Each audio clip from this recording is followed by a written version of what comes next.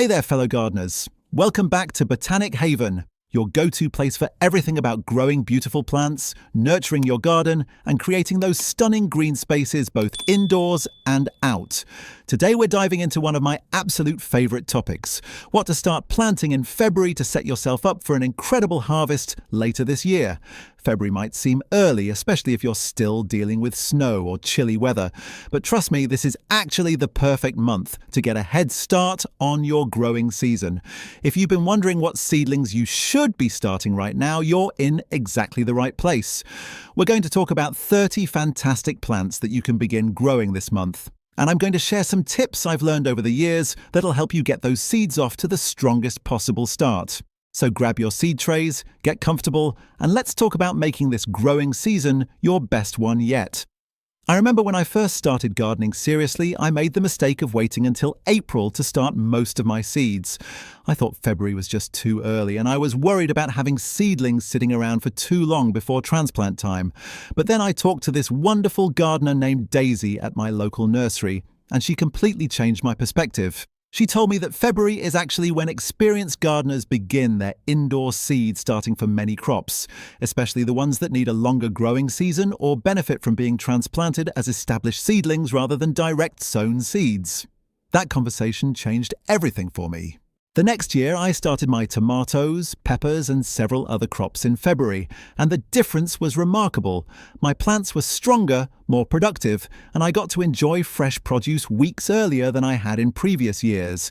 That's what I want for you too, that feeling of walking into your garden in June or July and seeing thriving plants loaded with vegetables or beautiful flowers, all because you gave them that early start when it mattered most. Let's begin with the classics that really need this early start: tomatoes and peppers. These are probably the most popular plants that gardeners start in February, and for good reason.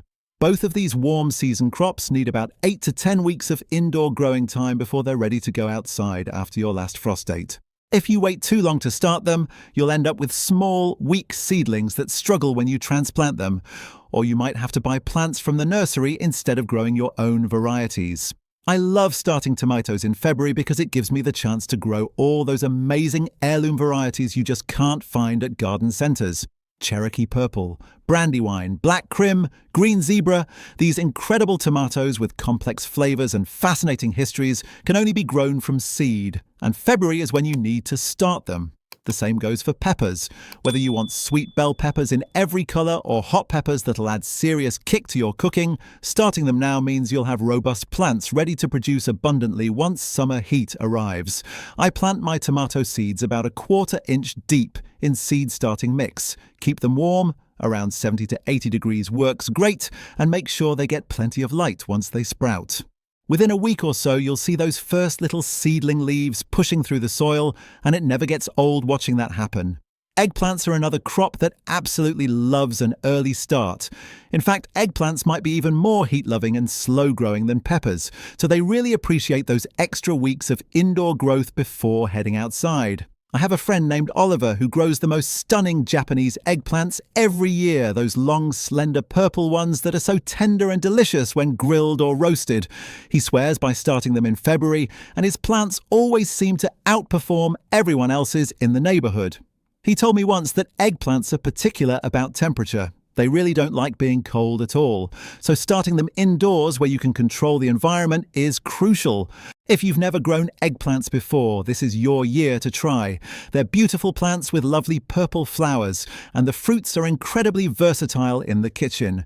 Just remember to give them warmth, consistent moisture, and good light, and they'll reward you with a generous harvest all summer long. Now, while we're talking about vegetables that need heat and time, let's not forget about leeks and onions.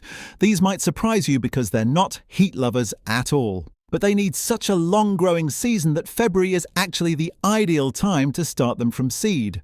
Leeks especially can take 4 to 6 months from seed to harvest. So if you want thick, tender leeks for your fall and winter cooking, now's the time to get them going.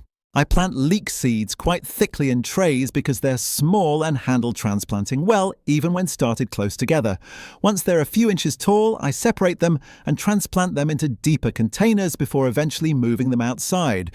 Onions are similar. If you start them from seed in February, you can grow any variety you want rather than being limited to the sets available at garden centres. Plus, there's something really satisfying about growing onions from tiny seeds all the way to full-sized bulbs. A gardener I know named Rose grows the most incredible sweet onions this way. Varieties like Walla Walla and Ailsa Craig that are so mild you can practically eat them like apples. She starts hundreds of seeds in February and ends up with enough onions to last her family most of the year. If this guide has helped you, write 1 in the comments. And if not, write 0. This way, I'll know which tips are most useful for your garden. I really do love hearing from you all about what works in your gardens and what challenges you're facing, so don't be shy about sharing your experiences. Let's talk about some herbs that do wonderfully when started in February. Basil is probably at the top of my list here. While basil is technically easy to grow, it's very sensitive to cold and really needs warm soil and air temperatures to thrive. Starting it indoors in February means you'll have sturdy basil plants ready to go outside once the weather is reliably warm. And you'll be harvesting fresh basil for pesto, caprese salad, and all your favourite Italian dishes much earlier than if you waited to direct sow outside. I like to start several varieties. Genovese for classic flavour, Thai basil for Asian cooking, and purple basil just because it's gorgeous. Oregano and thyme are 2 more herbs worth starting now. They're perennials that can take a while to get established, so giving them this early start means they'll be much more productive in their first year. I remember when my friend Ivy started her herb garden, she was amazed at how much more robust her oregano plants were when she started them in February compared to the ones she bought as small plants in May. There's just something about giving plants that extra time to develop strong root systems that makes all the difference. Parsley is another herb that benefits tremendously from an early start, mainly because parsley seeds can be notoriously slow to germinate. There's an old saying that parsley goes to the devil and back 7 times before it sprouts, which is a poetic way of saying it can take 3 to 4 weeks to germinate under the best conditions. If you start parsley in February, you're giving yourself plenty of time for those seeds to do their thing without feeling rushed. I always soak my parsley seeds overnight before planting them to help speed up germination. It's a simple trick that really works. Both flat-leaf Italian parsley and curly parsley are worth growing, and if you've never tried growing your own parsley, you'll be amazed at how much more flavourful it is compared to the stuff from the grocery store. Celery and celeriac are 2 vegetables that not enough people grow at home, but they're actually not that difficult if you start them early enough. Celery needs about 12 to 14 weeks before it's ready to transplant outside, which makes February the perfect month to start it. I'll be honest, celery can be a bit particular about staying moist and cool, but if you can meet those needs, you'll end up with crisp, flavourful stalks that taste nothing like the watery, bland celery from the supermarket. Celeriac, which is basically celery grown for its root rather than its stalks, is even more interesting. It takes a long time to develop those knobby roots, but the flavour is incredibly concentrated and perfect for soups and roasts. A gardener I met at a seed swap event told me he starts both celery and celeriac in February every year, and he's always got plenty to share with neighbours by late summer and fall. Let's shift gears and talk about some flowers that really shine when started in February. Petunias are one of my absolute favourites for early starting.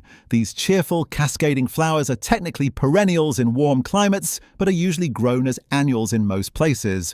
Starting them in February gives you big, bushy plants that'll be ready to fill your containers and hanging baskets with colour as soon as the weather warms up.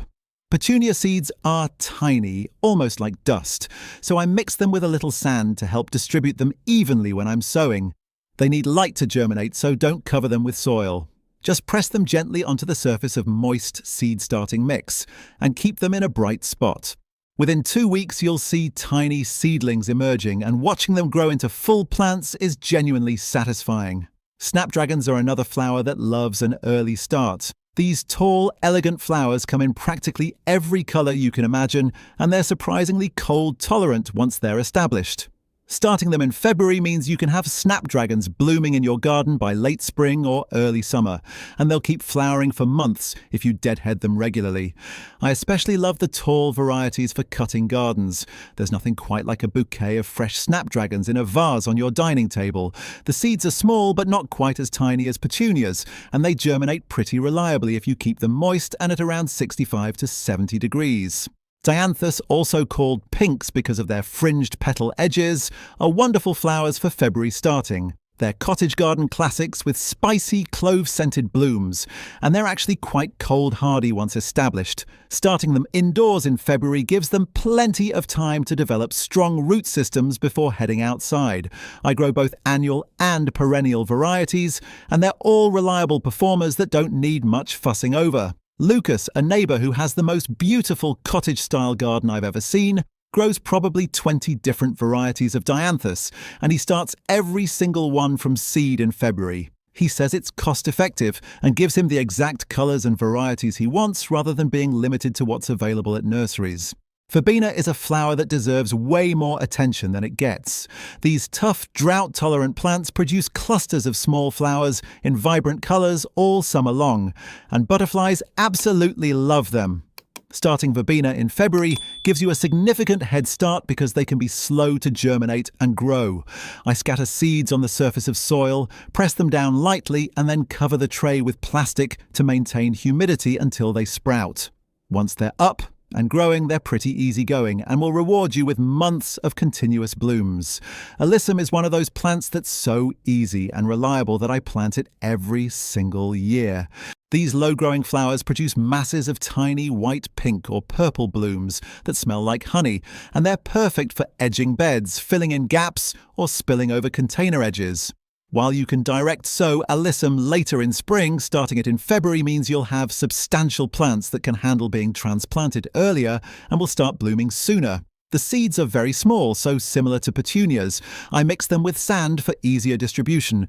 They germinate quickly and grow fast, so you'll see results pretty rapidly. Salvia is another fantastic flower for February starting, and I'm not just talking about the culinary sage you use in cooking, though you can certainly start that too.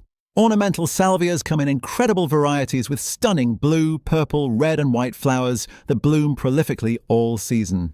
They're heat-tolerant, relatively drought-resistant once established, and pollinators go crazy for them.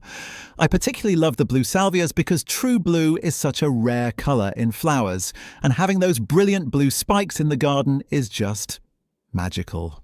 Starting them indoors in February ensures you'll have strong, healthy plants ready to go outside once frost danger has passed.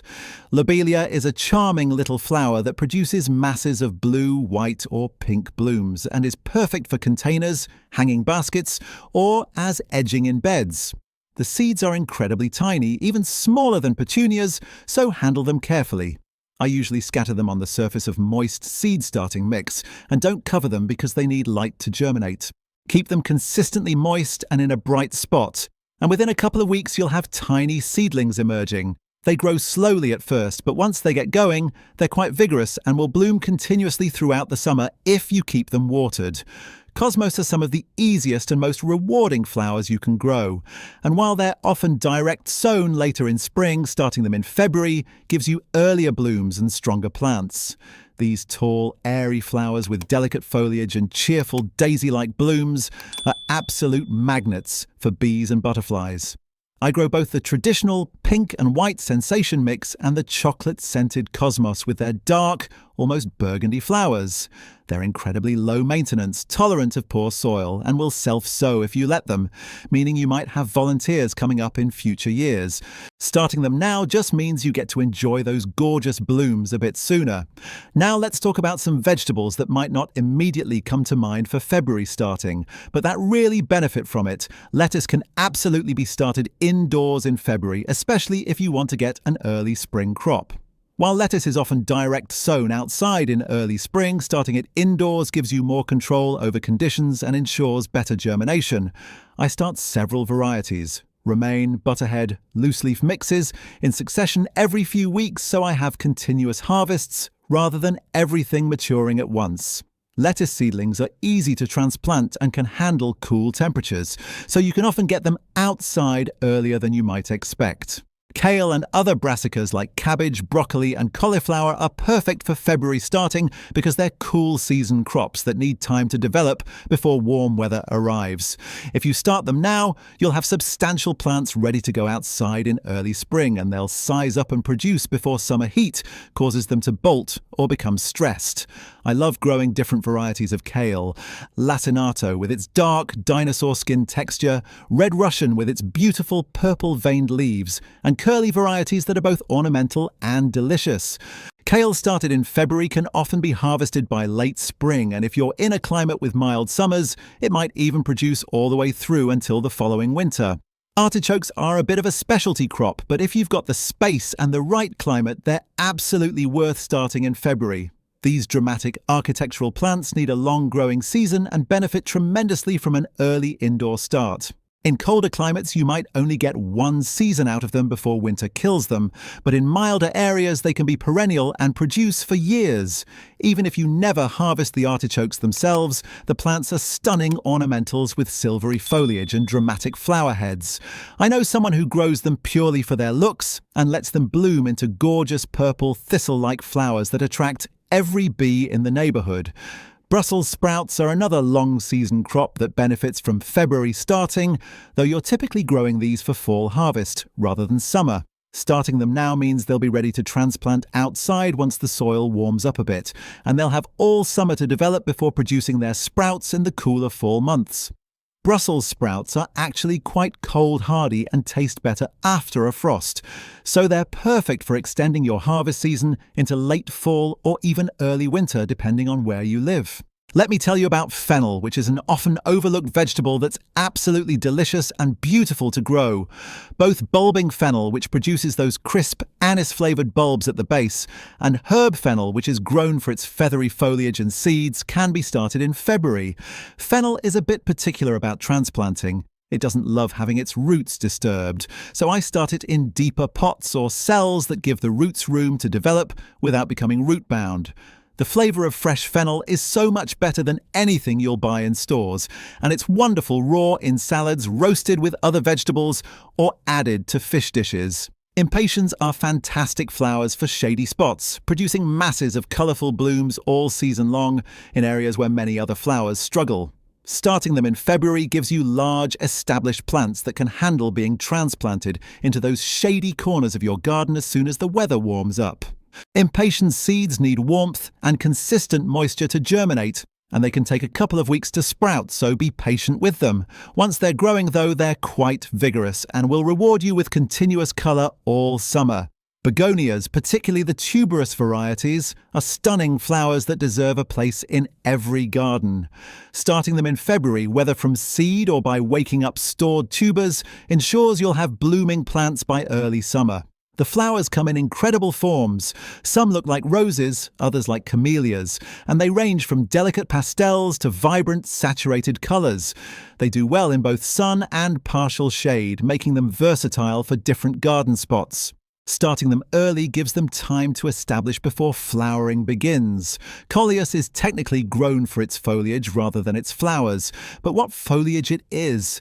These colourful plants come in virtually every colour combination imaginable. Reds, purples, pinks, yellows, greens, and everything in between, often in striking patterns and variations on a single leaf. Starting Coleus in February means you'll have substantial plants ready to add colour to shaded areas of your garden all season long. They're easy to grow from seed, germinating reliably in about a week if kept warm and moist. I grow them in containers, in garden beds, and even bring some inside as houseplants in winter. Geraniums, particularly the seed-grown varieties, benefit tremendously from an early start. While many people buy geraniums as plants from garden centres, starting them from seed in February is cost-effective and gives you access to varieties you won't find elsewhere. They take quite a while to go from seed to flowering, often 12 to 16 weeks, which is why starting them now is so important. Once established, they're tough, heat-tolerant plants that bloom prolifically all summer and can even be brought inside to overwinter. I've kept geranium plants alive for several years by bringing them inside each fall and then putting them back outside in spring. Marigolds might seem like a simple, common flower, but they're garden workhorses that deserve respect. They're easy to grow, incredibly reliable, bloom continuously, and their scent is said to deter certain pests. While marigolds can be direct sown later, starting them in February gives you earlier blooms and more robust plants. I grow both the compact French marigolds for edging and the tall African marigolds for cutting. They're practically foolproof, germinating quickly and growing fast, making them perfect for beginning gardeners or for involving kids in the seed starting process. Zinnias are another flower that's often direct sown but benefits from an early indoor start. These cheerful, easy-to-grow flowers come in an enormous range of colours, sizes and forms, from tiny pom-poms to dinner plate-sized blooms. They're incredibly productive cut flowers, and butterflies absolutely love them. Starting them in February means earlier blooms and the chance to get multiple succession plantings in before summer really heats up. I grow several varieties each year, and I've never had a bad crop of zinnias. They're just that reliable and rewarding. Straw flowers, also called helichrysum, are fantastic for cutting and drying because they maintain their colour and form even when dried. These papery, brilliantly coloured flowers last practically forever in dried arrangements, and they're surprisingly easy to grow. Starting them in February gives them plenty of time to develop before producing their first flowers. I love having a section of the garden dedicated to cutting flowers. And straw flowers are always a highlight because they're so versatile, beautiful fresh or dried. Finally, let me mention cleome, sometimes called spider flower. These tall architectural plants produce unusual spiky flowers in pink, white and purple that hover above the foliage like a cloud. They're perfect for the back of borders, self-sow readily, and bloom continuously from summer until frost. Starting them in February ensures you'll have substantial plants that can handle being transplanted and will start flowering earlier. They can tolerate heat and some drought once established, making them great for low-maintenance gardens. The key to success with all of these February seedlings is providing the right conditions. You need good quality seed starting mix, not garden soil or potting soil, but actual seed starting mix that's sterile, fine textured, and drains well while maintaining moisture. Most seeds need consistent moisture to germinate but shouldn't sit in waterlogged soil. So I water from the bottom by setting trays in shallow water and letting the soil wick up moisture. Light is crucial once seedlings emerge. They need at least 12 to 16 hours of bright light daily, which usually means using grow lights unless you have an exceptionally bright south-facing window. Temperature matters too, with most seeds germinating best between 65 and 75 degrees Fahrenheit. I use heat mats under my trays to maintain consistent warmth, especially for heat-loving crops like tomatoes, peppers, and eggplants. As your seedlings grow, remember to harden them off before transplanting them outside. This means gradually acclimating them to outdoor conditions over a week or two by putting them outside for increasingly longer periods each day, starting with just an hour or two in a protected spot and working up to full days. This prevents transplant shock and helps your plants adjust to wind, direct sun, and temperature fluctuations. I've learned this lesson the hard way in the past by putting seedlings directly outside on a sunny day and watching them wilt dramatically. Now, I'm much more patient with the hardening off process. Starting these 30 seedlings in February might seem like a lot, but remember that you don't have to do all of them. Choose the plants that most excite you, that match your climate and growing conditions, and that you'll actually use or enjoy. There's no point starting 50 tomato plants if you only have room for 5, and there's no sense growing vegetables you don't like eating just because they're supposedly easy. Gardening should be fun, rewarding, and personal to you. Make choices based on what you love, what works in your space, and what you're genuinely excited to grow. That enthusiasm will carry you through the whole season, from those first seeds sprouting in February all the way through to harvest time months later. Here's to your best growing season yet.